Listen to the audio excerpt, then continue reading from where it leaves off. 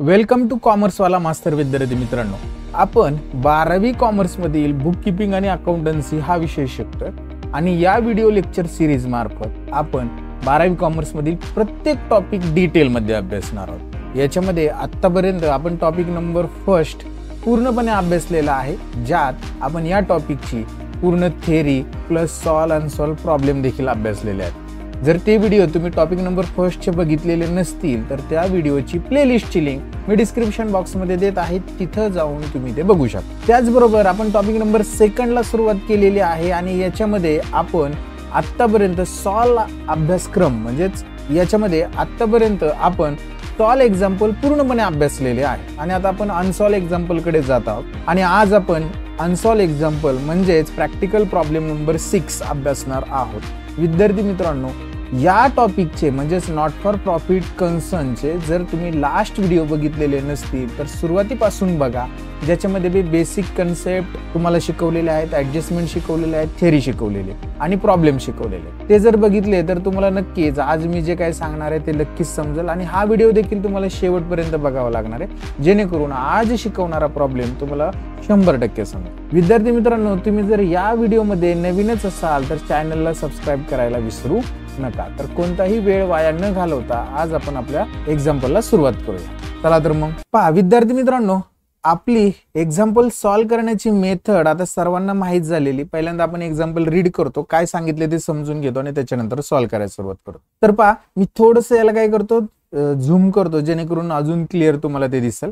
Example number 6 आहे, याच्यामध्ये काय सांगितलेले बघा, from the following particulars relating to Radhakrishna charitable hospital. Charitable hospital, हॉस्पिटलचं नाव आहे Radhakrishna charitable hospital Pune. Prepare income and expenditure account, याच्यावरून आपल्याला काय बनवायचं, इन्कम आणि expenditure account for year ended 31 March 2020 and balance sheet as on that date. अतिशय सोपं इन्कम अँड एक्सपेंडिचर आणि बॅलन्स शीट बनवायचे 12 मार्क आहे त्याला।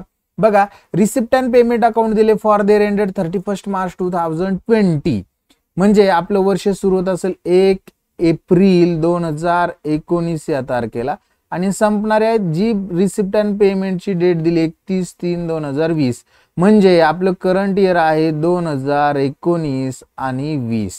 आय होप करंट इयर लक्षात आलं। आता हे रिसिप्ट अँड पेमेंटला बॅलन्स ब्रॉट डाऊन, कॅशचा बॅलन्स ओपनिंगचा इग्नोर करतो। पहिल्यांदा फक्त रिसिप्ट अँड पेमेंट दिले, त्याच्यावरून आपल्याला इन्कम अँड एक्सपेंडिचर अकाउंट बनवायचे। हे सुरू करण्याच्या अगोदर एक गोष्ट सांगतो, ज्यावेळेस रिसिप्ट अँड पेमेंट दिलेलं असतं त्यावेळेस कॅपिटल फंड दिलेला आहे ऍडजस्टमेंट मध्ये बघायचं। तर या ठिकाणी आपल्याला ऍडिशनल इन्फॉर्मेशन मध्ये त्यांनी कॅपिटल फंड दिलेला आहे। ओपनिंगचाच पाहिजे असतो आपल्याला, ओपनिंगचाच दिलेला आहे, त्यामुळे आपल्याला न्यू बॅलन्स शीट या वर्षी लास्ट इयरची, नवीन म्हणजेच जुनी बॅलन्स शीट मागच्या वर्षीची आपल्याला बनवायची गरज नाहीये। कॅशचा बॅलन्स इग्नोर करणार आहोत, सबस्क्रिप्शन इन्कमला लिहिणार, donation into bracket general donation income आहे, इंटरेस्ट इन इन्व्हेस्टमेंट हा देखील इन्कम आहे आणि प्रोसिडिंग फ्रॉम चॅरिटी शो हा देखील इन्कम आहे। इकडे पेमेंट मेडिसिन परचेस, आता याची आपल्याला एक मेडिसिन कंझ्युमची वर्किंग नोट करावी लागणार आहे।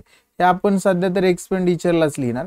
जनरल एक्सपेन्सेस आहे, salary expenses, stationery expenses, expenses on charity show expenses, त्याच्यानंतर सर्जरी अँड डिस्पेन्सरी एक्सपेन्सेस, हे देखील नावातच एक्सपेन्सेस आहे। इक्विपमेंट असेट असणारे जी जुनी असेट असेल त्याच्यामध्ये ऍड करावे लागतील जुन्या असेट मध्ये। मग जुनी असेट आपल्याला बघा या ठिकाणी बॅलन्सेस दिलेले आहेत, त्याच्यामध्ये equipments, estimated value of equipments दिले, त्याला एक स्टार मार्क करून ठेवू आपण। Then next balance carried down दिले कॅश आणि बँकचा, हा आपण बॅलन्स शीटच्या असेटला लिहिणार। ऍडजस्टमेंट म्हणजे ऍडिशनल इन्फॉर्मेशन दिलेली, इन्फॉर्मेशन कशा पद्धतीने दिलेली थोडंसं लक्ष द्या। इन्फॉर्मेशन मध्ये आपल्याला 1 एप्रिल 2019 आणि 31 मार्च 2020 असे 2 डेटचे कॉलम दिलेले आहेत। ही जे 1 एप्रिल 2019 आहे याला आपण ओपनिंग बॅलन्स म्हणणार त्या आयटमचे, किंवा याला लास्ट इयर बॅलन्स असं म्हणणार, लास्ट इयर। आणि हे जे असणार हे कोणतं इयर आहे, करंट इयर असणार। तर बघा याच्यामध्ये सबस्क्रिप्शन ड्यू म्हटलेले, आता हा जो शब्द आहे थोडासा वेगळा वापरला ड्यू म्हणून। ड्यू म्हणजे काय, सबस्क्रिप्शन ड्यू म्हणजेच आउटस्टँडिंग, भेटलेलं नाहीये। तर हे लास्ट इयरला बघा, लास्ट इयरला 310 होतं बघा, लास्ट इयर सबस्क्रिप्शन इन्कम आहे। एक इफेक्ट लास्ट इयर म्हटलं की तो त्या पर्टिक्युलर इन्कम मधून आपल्याला काय करावं लागेल, लेस करावं लागेल, म्हणजे सबस्क्रिप्शन मधनं लेस करावं लागेल। आणि याच्यानंतर बघा इथे 350 करंट इयरचा दिलाय. करंट इयरचे दोन इफेक्ट असतात, एक तर आपण ते सबस्क्रिप्शन मध्ये ऍड करणार आणि दुसरी गोष्ट करंट इयरचा दुसरा इफेक्ट बॅलन्स शीटच्या असेटला दाखवणार. त्याच्यामुळं आपल्याला जे सबस्क्रिप्शन दिलेले त्याला मला 2 स्टार मार्क करावं लागणार आहेत. मी 4 करतो कारण की पुढच्या 2 ऍडजस्टमेंट सबस्क्रिप्शनवरच आहेत. टोटल 4 आहेत म्हणून मी लगेच 4 करून घेतलं. Next subscription received in advance. बघा लास्ट इयरच्या कॉलम मध्ये 600 रुपये म्हणजे last year subscription pre received आहे, ते आपलं या वर्षीचं इन्कम असणार आहेत म्हणून ते या वर्षीच्या सबस्क्रिप्शन मध्ये ऍड. ते लास्ट इयरला प्री रिसिव्ड होते म्हणून लास्ट इयर एकच इफेक्ट. आणि करंट इयरचं आहे 150. Current year subscription pre received आपण सबस्क्रिप्शन मधनं लेस करणार आणि बॅलन्स शीटच्या लायबिलिटीला लिहिणार. सबस्क्रिप्शनला अजून 2 स्टार मार्क म्हणजे टोटल 4 स्टार मार्क आपण करून ठेवलेले. त्यानंतर स्टॉक ऑफ मेडिसिन. आता स्टॉक ऑफ मेडिसिन हा 8000 आहे ओपनिंगचा. हा ओपनिंगचा स्टॉक आपण काय करतो, आपण मेडिसिन मध्ये ऍड करतो आणि हा क्लोजिंगचा स्टॉक आहे 11000. क्लोजिंगचा लेस करतो आणि बॅलन्स शीटच्या असेटला लिहितो. त्याच्यामुळे जे मेडिसिन दिलेले आहेत बघा या ठिकाणी परचेस ऑफ मेडिसिन, त्याला 1-2 स्टार मार्क 2-3 स्टार मार्क करून ठेवायचे. नंतर estimated value of equipment. Equipment आपण बॅलन्स शीटच्या असेटला ओपनिंगचा बॅलन्स लिहिणार. त्याच्यानंतर बिल्डिंग सुद्धा बॅलन्स शीटच्या असेटलाच लिहिणार आहे. इक्विपमेंटला आपल्याला 1 स्टार मार्क करावा लागणार आहे. अजून 2 ऍडजस्टमेंट आहेत इथं डेप्रिशिएशनची एक म्हणून अजून 1 स्टार मार्क केला. कॅपिटल फंड बॅलन्स शीटच्या लायबिलिटीला लिहायचा आणि 10% इन्व्हेस्टमेंट बॅलन्स शीटच्या असेटला. इन्व्हेस्टमेंट वर एकच मी सांगतो या ठिकाणी 10% आहे. वर्षाच्या सुरुवातीला 1 लाख आहे, वर्षभरामध्ये याच्यावर 10% व्याज जर भेटलं तर ते 10,000 आपल्याला भेटायला पाहिजे या वर्षामध्ये. रिसिप्ट साईडला हे 10,000 दिसत आहेत का बघायचं. तर बघा इंटरेस्ट ऑन इन्व्हेस्टमेंट 10,000 दिसत आहेत म्हणजे भेटलेले आहेत. भेटायची कोणतीही अमाऊंट इंटरेस्ट ऑन इन्व्हेस्टमेंट राहिलेली नाही, आउटस्टँडिंग नाहीये. त्याच्यामुळे याच्यावर ही जी ऍडजस्टमेंट आहे 10%, काय आपल्याला सवय लागलेली असते की आपण काय करतो 10% काढून ऍड करतो, पण करायची गरज नाही कारण की ते ऑलरेडी भेटलेले. त्यामुळे थोडंसं काळजीपूर्वक करायचं. Last provide depreciation 1900 on equipments and building ₹1500. तर इक्विपमेंटला स्टार मार्क केलं तर आता बिल्डिंगला 1 स्टार मार्क करून ठेवूया. प्रॉब्लेम समजून घेतलेला आहे, सॉल्व्ह करायला सुरुवात करायची. फर्स्टली आपण काय करूया, आपली रिसिप्ट अँड पेमेंट ट्रान्सफर करून घेऊया. रिसिप्ट साईडला पहिल्यांदा बॅलन्स ब्रॉट डाऊन इग्नोर करणार, कॅशचा बॅलन्स सबस्क्रिप्शन इन्कमला लिहायचंय. आपण आपल्या इन्कम साईडला जाऊया आणि त्या ठिकाणी लिहूया बाय सबस्क्रिप्शन. अमाऊंट लिहिणार इनरला 52,000, इनर कॉलमला लिहायचे 52,000. आता सबस्क्रिप्शनवर टोटल 4 ऍडजस्टमेंट आहेत, त्याच्यामुळे फर्स्ट ऍडजस्टमेंटसाठी 1 लाईन, सेकंड ऍडजस्टमेंटसाठी 2 लाईन, त्याच्यानंतर थर्ड ऍडजस्टमेंटसाठी सुद्धा 2 लाईन आणि फोर्थ ऍडजस्टमेंटसाठी 2 लाईन. अशा टोटल आपल्याला 7 लाईन सोडाव्या लागणार आहेत. देन आफ्टर नेक्स्ट बघा डोनेशन दिलेले, जनरल डोनेशन 17,500. हे आपल्याला आपल्या इन्कमला लिहायचंय बाय डोनेशन. अमाऊंट लिहिणार 17,500 रुपये.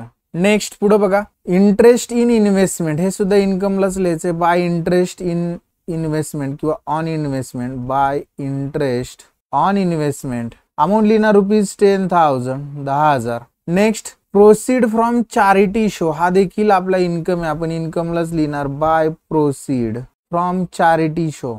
अमाऊंट लिहिणार 8,530 रुपीज, 8,530 रुपये. नेक्स्ट बघा पेमेंटला इकडं मेडिसिन परचेस. आता हे जे मेडिसिन आहे आपण एक्सपेंडिचरला लिहायचं टू मेडिसिन, त्याला अंडरलाईन करणार आहोत आपण. आपल्याकडे जे ओपनिंग स्टॉक असणार आहे तो सुरुवातीला आपण लिहून घेणार म्हणून त्या ठिकाणी लिहायचं ओपनिंग स्टॉक. आणि याच्यामध्ये परचेस केलेली अमाऊंट ऍड करायची. ओपनिंग स्टॉक अजून भेटलं नाही त्यावेळेस बघूया. ऍड लिहायचे परचेस. ज्यावेळेस ओपनिंग स्टॉक आपण बघू ऍडजस्टमेंट मध्ये दिलेत त्यावेळेस तो लिहू. आता आपल्याला परचेसेस दिलेले आहेत, पेमेंटला दिसत आहेत, याचा अर्थ ते परचेसेस आहेत आणि त्याची अमाऊंट जी असणार आहे ती अमाऊंट आहे आपल्याला दिलेली ₹41,000, 41,000. नेक्स्ट जनरल एक्सपेन्सेस आहेत, एक्सपेंडिचरलाच लिहिणार आपण टू जनरल एक्सपेन्सेस. आता इथे थोडीशी जागा सोडावी लागेल आपल्याला, अजून 1-2 ओळी आणि त्याच्यानंतर आपण लिहिणार जनरल एक्सपेन्सेस आणि त्याची जी अमाऊंट असणार आहे ती अमाऊंट लिहू आपण ₹1,050. नेक्स्ट सॅलरी, सॅलरी आपला एक्सपेन्सेसच आहे, आपण एक्सपेंडिचरला लिहूया टू सॅलरीज आणि त्याची जी अमाऊंट असणार आहे ती अमाऊंट लिहिणार ₹23,500, 23,500. देन नेक्स्ट स्टेशनरी घेणार ₹2,000 टू स्टेशनरी, त्याची अमाऊंट लिहिणार ₹2,000, 2,000 रुपये. देन नेक्स्ट बघा एक्सपेन्सेस ऑफ चॅरिटी शो 550, हे देखील एक्सपेंडिचरलाच लिहायचं to expenses of charity show, त्याची अमाऊंट लिहिणार ₹550. देन नेक्स्ट पुढे बघा सर्जरी अँड डिस्पेन्सरी एक्सपेन्सेस 4,200 हा देखील एक्सपेंडिचरलाच लिहायचा. To surgery and dispensary expenses त्याची अमाऊंट लिहिणार ₹4,200. Then next equipment. आता ही बॅलन्स शीटच्या असेटला आपल्याला हे परचेस केलेले इक्विपमेंट्स आहेत. बॅलन्स शीटच्या असेटला जाऊया आपण. अगोदर असेटचं नाव लिहून घेऊया इक्विपमेंट्स. ज्यावेळेस त्याची अमाऊंट भेटेल त्यावेळेस ती आपण इनरला लिहिणार. परंतु आता परचेस केलेली या ठिकाणी लिहायचं. ऍड म्हणायचं परचेस ऑफ न्यू इक्विपमेंट्स आणि त्याची जी अमाऊंट आहे ती अमाऊंट बघा आपल्याला किती दिली ₹10,000.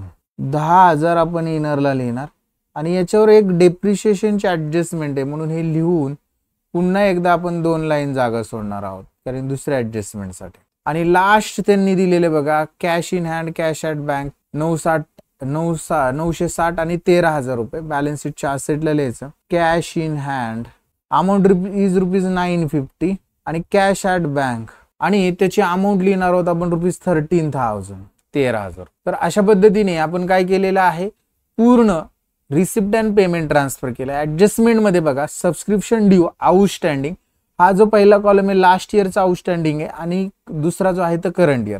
तर लास्ट इयर ₹310 आउटस्टँडिंग हे आपण सबस्क्रिप्शन मधून लेस करणार म्हणून सबस्क्रिप्शन कडे जायचं आणि त्या ठिकाणी लिहायचं लेस आउटस्टँडिंग सबस्क्रिप्शन अमाऊंट इज ₹310. बघा 52,000 मधून आपण जर ₹310 जर वजा केले तर आपल्याला भेटणार या ठिकाणी ₹51,790. याचा एकच इफेक्ट असेल कारण की ते लास्ट इयरचा ऍडजस्टमेंटचा एकच इफेक्ट. आणि नंतर आउटस्टँडिंग सबस्क्रिप्शन बघा या ठिकाणी काय दिलेलं आहे आपल्याला करंट इयरचं दिलंय. हे सबस्क्रिप्शन मध्ये ऍड करायचं म्हणून सबस्क्रिप्शन मध्ये लिहायचं या ठिकाणी ऍड आउटस्टँडिंग सबस्क्रिप्शन अमाऊंट लिहिणार $350. आता हे जे वरचं होतं ते लास्ट इयरचं होतं म्हणून कंसात लास्ट इयर आणि हे जे आता लिहितोय 350 हे करंट इयरचं म्हणून त्याला आपण करंट इयर असं म्हणू. तर याची टोटल ऍड होऊन आपल्याला इनरला भेटणार आहे ₹52,140. आणि या आउटस्टँडिंग सबस्क्रिप्शनचा दुसरा इफेक्ट बॅलन्स शीटच्या असेटला दाखवायचा आपल्याला आउटस्टँडिंग सबस्क्रिप्शन कंसात लिहायचं करंट इयर अमाऊंट लिहायची $350 आउटरला ₹350 आउटरला. नेक्स्ट पहिली ऍडजस्टमेंट संपली. दुसऱ्या ऍडजस्टमेंट मध्ये सबस्क्रिप्शन रिसिव्ड इन ऍडव्हान्स पहिल्यांदा ₹600 लास्ट इयरचे ते सबस्क्रिप्शन मध्ये ऍड करायचं. सबस्क्रिप्शन ज्या ठिकाणी लिहिले त्या ठिकाणी यायचं म्हणायचं ऍड प्री रिसिव्ड सबस्क्रिप्शन आणि त्याची जी अमाऊंट आहे ती ₹600 आपण इनरला लिहिणार आणि याची टोटल इनरलाच येईल बघा ₹52,740.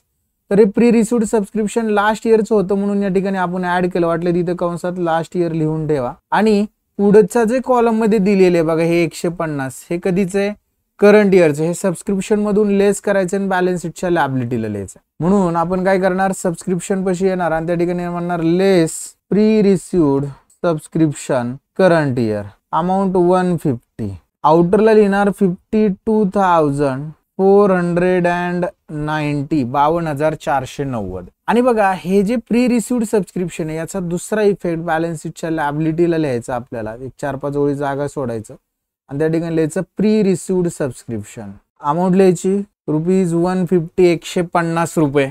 2 नंबरची ऍडजस्टमेंट झाली. 3 नंबर मध्ये स्टॉक ऑफ मेडिसिनचा ओपनिंग स्टॉक दिलाय 8,000 तो आपल्याला ऍड करायचा. मेडिसिन आपण एक्सपेंडिचरला लिहिले त्या ठिकाणी आपण बघा या ठिकाणी ₹8,000 ओपनिंग स्टॉक आपण लिहिणार.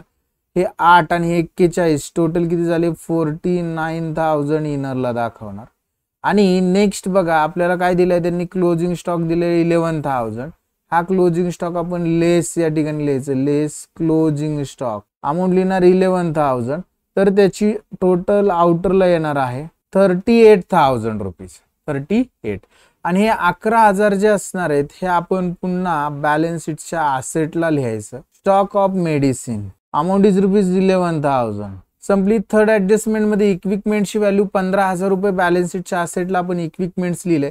इनरला लिहायचं ₹15,000 आणि बघा हे 15 आणि 10 25,000 परचेस केलेले ऍड करून येतील. बघा कसे ऍड केले ते लक्षात घ्या. 15,000 परचेस न्यू इक्विपमेंट्स 10 टोटल 25,000 इनरलाच लिहिणार. क्लोजिंगचा बॅलन्स दिला नाही. बिल्डिंगचा बॅलन्स आपल्याला बॅलन्स शीटच्या असेटला लिहायचे ₹40,000 बिल्डिंग बॅलन्स शीटच्या असेटला लिहूया आपण बिल्डिंग अमाऊंट लिहिणार इनरला ₹40,000 आणि एक वेळ जागा सोडायची कारण की याच्यावर ऍडजस्टमेंट आहे म्हणून.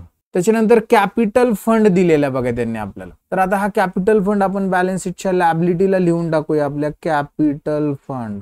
आणि त्याची जी अमाऊंट आहे ती अमाऊंट लिहिणार ₹1,70,940. आणि लास्ट 10% इन्व्हेस्टमेंट दिलेलं आहे. हे बॅलन्स शीटच्या असेटला लिहायचं 10% इन्व्हेस्टमेंट. या इन्व्हेस्टमेंट नॉर्मली ऍडजस्टमेंट असते, त्याची अमाऊंट लिहूया अगोदर ₹1,00,000. 10% काढायचं असतात. 1,00,000 10% 10,000. आणि ते आपल्याला इन्कमला लिहावे लागले असते. आपण इन्कमला इंटरेस्ट ऑन इन्व्हेस्टमेंट 10,000 लिहिले, म्हणजे तो भेटलाय, आउटस्टँडिंग नाहीये म्हणून ते काढलेलं नाही, लक्षात घ्या. तर अशा पद्धतीने आपण 7 नंबरची इन्फॉर्मेशन केलेली. शेवट काय सांगितलंय, डेप्रिशिएशन आहे इक्विपमेंट्सवर 1,900 इक्विपमेंट बॅलन्स शीटच्या असेटला आहेत. त्या ठिकाणी जायचं लिहायचं लेस डेप्रिसिएशन. अमाऊंट लिहिणार ₹1,900 आणि आउटरला लिहिणार 23,100. आणि बिल्डिंग वर सुद्धा लिहूया आपण लेस डेप्रिसिएशन ₹1,500. आउटरला लिहिणार 38,500. आणि या दोन्हींचा इफेक्ट आपण आपल्या एक्सपेंडिचरला लिहिणार आहोत. To depreciation on equipments amount लिहिणार 1,900. Last to depreciation on building आणि त्याची अमाऊंट लिहिणार आपण ₹1,500. अशा पद्धतीने आपण काय केलेला आहे, हा प्रॉब्लेम पूर्णपणे सॉल्व्ह केलेला आहे. म्हणजे सगळ्या ऍडजस्टमेंटची इफेक्ट वगैरे दिलेत. आता क्लोज करायला सुरुवात करायची, इन्कम आणि एक्सपेंडिचर क्लोज करायचं. तर आपल्याला इन्कमची टोटल भेटणार आहे. आपण इन्कमची टोटल बघूया, एकच मिनिट. या ठिकाणी मी थोडंसं स्क्रोल करतो. आणि त्याची टोटल असणार आहे ₹88,520 ₹88,520.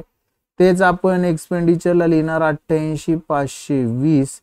आणि सगळ्या अमाऊंट जर वजा केल्या या एक्सपेंडिचरच्या, तर आपल्याला सरप्लस त्या ठिकाणी भेटणार आहे ₹15,820. याला लिहायचं टू सरप्लस इंटू ब्रॅकेट लिहायचं excess of income over the expenditure. अशा पद्धतीने तर आपण हा सरप्लस आपल्या कॅपिटल फंड मध्ये ऍड करायचा. त्या ठिकाणी याचं लिहायचं ऍड सरप्लस. अमाऊंट लिहिणार आहोत ₹15,820. आणि याची टोटल आपण आउटरला घेऊया 1,86,760. आणि जर आता आपल्या बॅलन्स शीटची टोटल केली लायबिलिटी साइडची, तर आपल्याला ₹1,86,910 1,86,910. आणि असेट सुद्धा तेवढीच असणार आहे ₹1,86,910. अशा पद्धतीने हा प्रॉब्लेम आपला टॅली झालेला आहे. आय होप विद्यार्थी मित्रांनो हे एक्झाम्पल तुम्हाला समजलेलं आहे. जर समजलेलं असेल तर व्हिडिओला लाईक करा. चॅनलला जर सबस्क्राईब केलेलं नसेल तर नक्की सबस्क्राईब करा. आणि हा व्हिडिओ तुमच्या वर्गमित्रांपर्यंत पोहोचवायला विसरू नका. आज आपण इथंच थांबूया. नेक्स्ट व्हिडिओमध्ये आपण नेक्स्ट एक्झाम्पल अभ्यासणार आहोत. तोपर्यंत सर्वांना बाय, टेक केअर.